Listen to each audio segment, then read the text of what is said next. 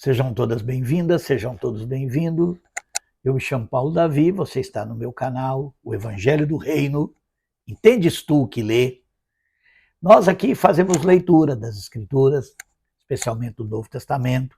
Atualmente estamos lendo sobre as parábolas de Jesus. Mas antes de começarmos hoje, vamos falar da parábola do filho pródigo, dando sequência, nas 3 parábolas do capítulo 15 de Lucas. Se você ainda não é inscrito no canal, inscreva-se agora e acompanhe conosco. Todo domingo nós temos sempre uma nova postagem e procure assistir, procure curtir, compartilhar com seus amigos.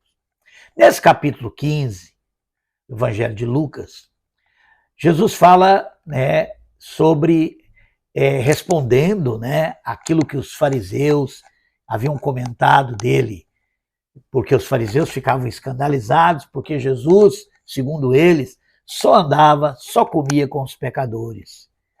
E como eles eram pessoas religiosas, eles achavam que se Jesus era um profeta ou era o Messias, deveria estar com eles, porque essa era a visão que eles tinham. Eles tinham uma visão que havia um muro entre eles, que se consideravam obedientes, servos, seguidores da lei de Deus, e aqueles que eles reputavam como pecadores. Portanto, Jesus contou essas 3 parábolas. A primeira parábola da ovelha perdida, mostrando que é atrás da perdida que Deus está. É atrás daqueles que se perderam, porque aqueles que se perderam não têm como voltar. E como eles não se consideravam como aqueles que se perderam, então eles não entendiam. Jesus também conta a parábola da dracma perdida, de como aquela mulher, como percebeu que havia perdido uma dracma, ela acendeu a luz, varreu a casa até encontrar a dracma perdida. Comentamos de como a graça opera no coração daqueles que foram resgatados por Deus. Sabe aquela ovelha perdida que Deus foi atrás e a alcançou e a trouxe de volta? Essas, por receberem o Espírito de Deus, elas também passam a ter essa preocupação em não permitir na sua própria vida coisas que o possa afastar dessa graça. Isso respondendo àquelas pessoas que dizem que acreditam que as pessoas podem perder a salvação, justamente porque elas acham que a salvação é uma escolha humana. Quando, na verdade, a salvação é uma obra inteiramente de Deus. E logo quando você fala isso, que é Deus que nos salva, eles logo vêm com aquela ideia. Então nós podemos pecar, à vontade, já que nós não podemos perder a salvação. Então Jesus realmente conta essa parábola da dracma perdida, mostrando que aqueles que foram alcançados pela graça não permitem nas suas vidas, O próprio Espírito de Deus que está na vida deles, aquele Espírito que os alcançou, não permite. E aí ele termina com a parábola do filho pródigo. E aqui ele vai falar diretamente ao coração dos religiosos. E as pessoas às vezes não percebem, por causa que está no título aqui a parábola do filho pródigo, mas a parábola do filho pródigo foi contada justamente para mostrar, para trazer luz ao coração daqueles homens religiosos que ficavam indignados com Jesus de ir atrás dos pecadores. Vamos ler essa parábola. Jesus continuou: certo homem tinha 2 filhos. O mais novo deles disse ao pai: pai, dá-me a parte dos bens que me pertencem. E o pai repartiu os bens entre os 2. Poucos dias depois, o filho mais novo, ajuntando tudo, partiu para uma terra longínqua. E ali desperdiçou os seus bens, vivendo dissolutamente. Tendo ele gastado tudo, houve naquela terra uma grande fome, e começou a padecer necessidade. Então ele foi e se chegou a um dos cidadãos daquela terra, o qual mandou para seus campos apacentar porcos. E ele desejava encher o estômago com alfarrobas que os porcos comiam, mas ninguém lhe dava nada. Olha a situação, E eu fico imaginando que os fariseus começaram a prestar atenção nessas palavras de Jesus, E Jesus foi mostrando, Esses que saíram da casa do pai, esses que se afastaram, né? De que pegaram a herança, que são todas as bênçãos que Deus concedeu à humanidade. Porque aqui Jesus está falando sobre toda a humanidade. Ele não está falando apenas de algumas pessoas, mas ele está falando de toda a humanidade. O próprio Paulo, o apóstolo Paulo fala lá em Romanos 3 que todos pecaram e destituídos estão da glória de Deus. Ou seja, todos nós um dia, fazemos aquilo que Adão fez, porque a história de Adão e Eva, ela é uma história, uma espécie de arquétipo de toda a humanidade. Todos nós, né? Um dia decidimos andar no nosso próprio entendimento, né? Comemos da árvore do conhecimento do mal, bem e do mal, que significa justamente eu vou fazer as coisas como eu entendo, né? É claro que o apóstolo Paulo também fala que o bem que nós queremos nós não fazemos e acabamos fazendo o mal que nós não queremos. Essa é a situação do homem, né? Mesmo que ele queira fazer o bem, ele acaba fazendo o mal. E mesmo que ele não queira fazer o mal, é isso que ele acaba fazendo. Essa é a situação de todos nós. E isso tem a ver com o fato de todos um dia resolvemos, ao invés de andar com Deus, andar nos nossos próprios caminhos. E fomos longe, igual esse filho aqui também foi. Fomos por uma terra muito distante. E acabamos torrando todas as coisas que Deus nos dá. A gente vê isso no mundo, né? Nós temos destruído as nossas relações uns com os outros. O mundo é um mundo de guerra, o mundo é um mundo de conflito. Temos destruído a própria natureza, da qual tiramos a vida, né? A natureza que nos foi dada, nós também destruímos. E aqui, esse filho, né, que foi para longe, ele vai se encontrar numa situação muito difícil.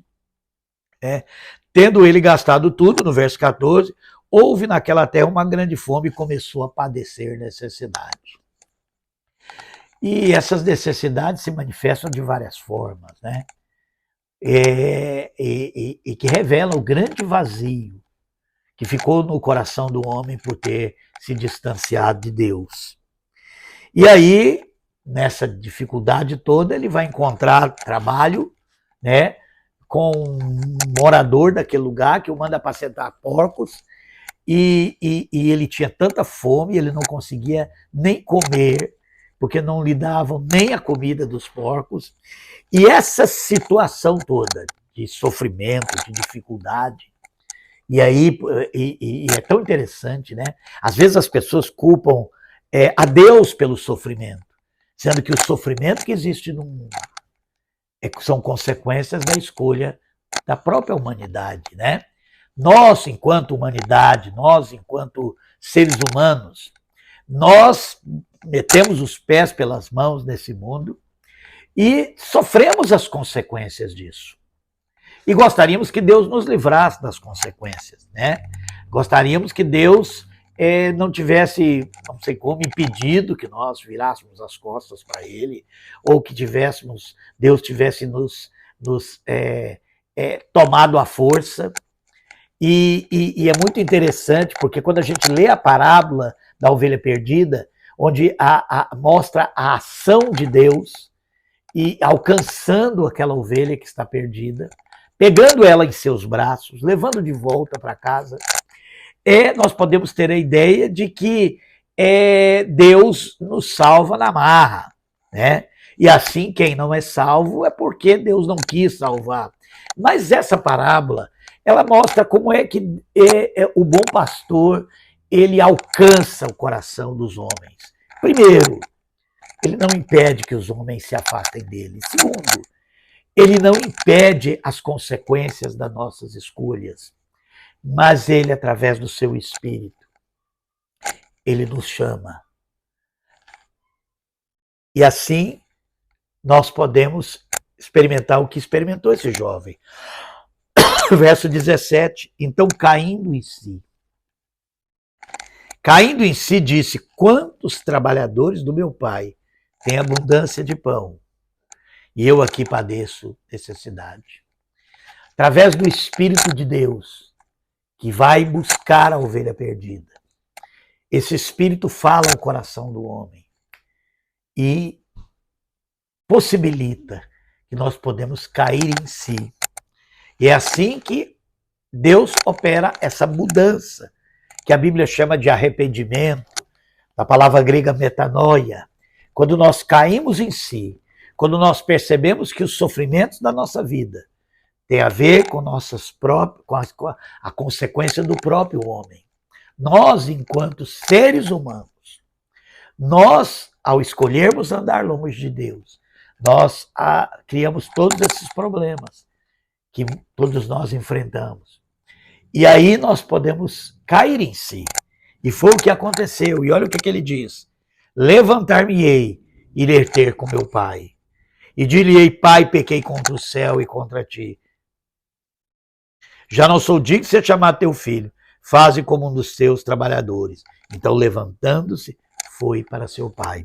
E o texto diz que antes mesmo dele chegar de volta na casa do pai, o pai o viu de longe e foi ao seu encontro e o abraçou e o beijou. E ele começou a dizer, pai, pequei contra o céu e contra ti, não sou digno de ser chamado teu filho. Mas antes mesmo dele dizer, o pai mandou chamar um criado, e mandou trazer vestes, e mandou colocar um anel no dedo, e mandou matar o bezerro cevado para comemorar. E olha o que esse pai diz, né? Trazei o bezerro cevado, matai-o, comamos e alegremos, pois esse meu filho estava morto e reviveu. Tinha se perdido e foi achado. Note que ele diz, e foi achado. Mostrando que essa história é a mesma história da ovelha perdida. De que foi Deus, através do seu Espírito, que chama esse homem perdido ao arrependimento. Sabe, há um momento na nossa vida em que nós começamos a perceber que o que estamos passando, o sofrimento, a luta, a dor, a dificuldade, o vazio, tem a ver com o fato de nós estarmos longe de Deus. Aqui não é tanto uma questão de culpa, mas é uma questão de onde eu estou, sabe? Deus, através do seu Espírito, usa as circunstâncias da vida, usa as dificuldades que enfrentamos, usa as nossas próprias dores, nossas próprias dificuldades, para nos mostrar que isso pode ser mudado, que nós podemos nos voltar para Deus. E aí é que muita gente pensa de que as pessoas que se voltam para Deus voltam por sua livre escolha. Mas não, Deus chama todos os homens ao arrependimento. E nós podemos então, ao ouvir a voz de Deus, cair em si, reconhecer onde nós estamos e querer voltar para o Pai. Isso tudo é obra do Espírito de Deus, isso tudo é obra do Espírito Santo, isso tudo é obra da graça de Deus. Mas aí vem uma questão. Enquanto eles estão ali comemorando, né, a salvação daquele filho que estava perdido, o filho mais velho. E aqui Jesus vai falar para os religiosos. Olha o que ele diz. O filho mais velho estava no campo. Quando voltou, chegou perto de casa e viu a música e as danças. Quando chamando um dos criados, perguntou o que era aquilo. E ele lhe disse, veio teu irmão e teu pai matou o bezerro cevado, porque o recebeu são e salvo. Mas olha o que é o coração de alguém que é religioso, mas que nunca deixou a graça realmente salvá-lo. Olha o que ele diz aqui. E mas ele se indignou. Verso 28. E não querendo entrar, Então, saindo o pai, estava com ele, o mesmo Deus de graça, tentando alcançar o coração do religioso. Mas é mais difícil, porque o religioso se sente justo, o religioso se sente fiel, o religioso se sente devoto, o religioso ele sempre pensa, olha, um dia eu escolhi estar com meu pai.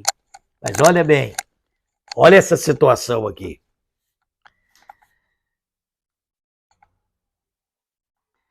Verso 29.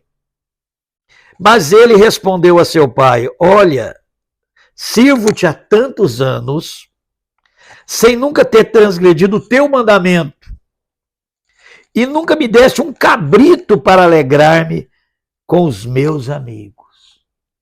Que situação deplorável. Alguém que esforça para fazer aquilo que agrada a Deus, talvez lê as Escrituras, talvez obedece aos mandamentos, e mantém uma moral religiosa rígida, mas que vida infeliz, porque isso não tem alegria, porque ele não tem, mesmo estando na casa do Pai, ele realmente não desfruta dessa intimidade com Deus. Deus, para ele, é alguém que ele tem que obedecer, que ele tem que ser fiel, que ele tem que trabalhar para ele, que ele tem que agradá-lo, mas ele não tem comunhão com Deus, porque ele é religioso.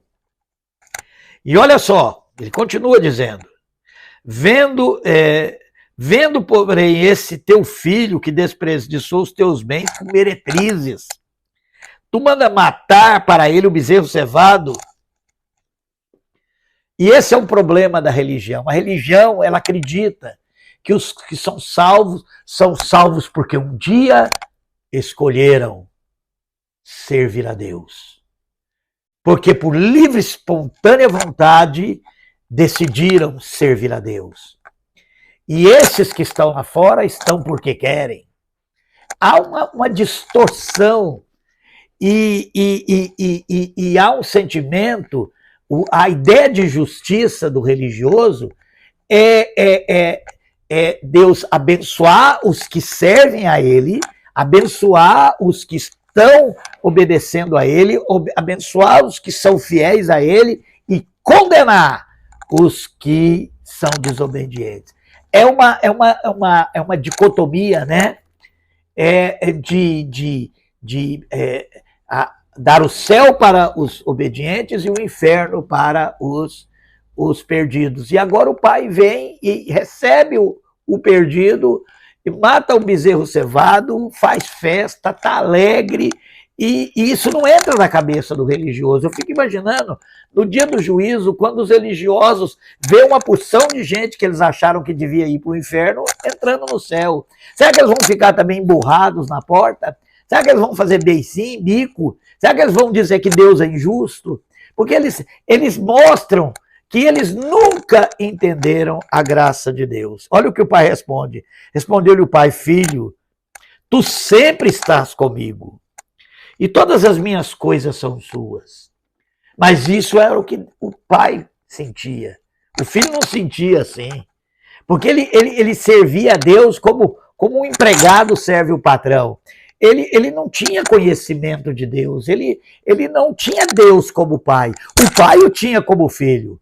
O pai achava que tudo que ele tinha era dele, mas ele não achava isso. E agora, quando o pai alcança aquele que estava perdido, ele não compreende, porque ele entende as coisas assim, que Deus recompensa, né, os que o obedecem, o servem, e tem que julgar e condenar os que estão perdidos. E eles nem chamam de perdidos, né? Ou quando chamam, eles têm a ideia de que estão perdidos porque querem, né? E o pai então termina dizendo, mas era justo alegrar-nos e folgarmos, porque esse teu irmão estava morto e reviveu, estava perdido e foi achado.